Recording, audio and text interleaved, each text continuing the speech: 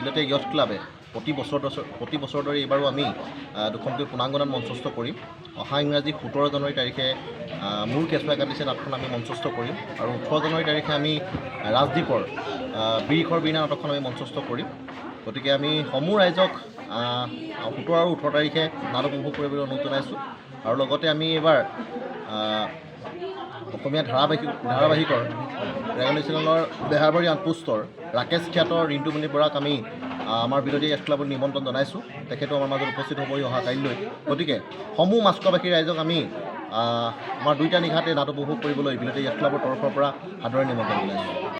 মাছখোৱা বিলতীয়া youth ক্লাবৰ উদ্যোগত আমি দুদিনীয়া কাৰ্যসূচীৰে শিল্পী দিৱসটি উদযাপন কৰিবলৈ বিচাৰিছোঁ। আৰু শিল্পী দিৱসৰ প্ৰথম দিনা 17 জানুৱাৰী দিনাখনি আছে মোৰ কেঁচুৱাই কান্দিছে অভিজিত ভট্টাচাৰ্য, আৰু দ্বিতীয় দিনা আছে বিৰিখৰ বীণা। আপোনালোকক সকলোৰে সহায় সহযোগিতা কামনা কৰিলোঁ। আপোনালোক সকলোৱে আহিব বুলি আশা কৰিলোঁ। নাটক এখন হ'ব। কেইখন নাটক হ'ব? নাটক 2খন। নাটক কেইখনৰ নাম কোৱা? মোৰ কেঁচুৱাই কান্দিছে আৰু বিৰিখৰ বীণা।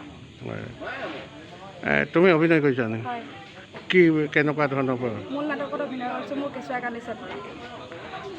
আৰু আপোনাৰ বেয়া লাগে নে নালাগে? একেবাৰে নালাগে নহয়। বৰ সুখী মানুহ নহয় আপুনি?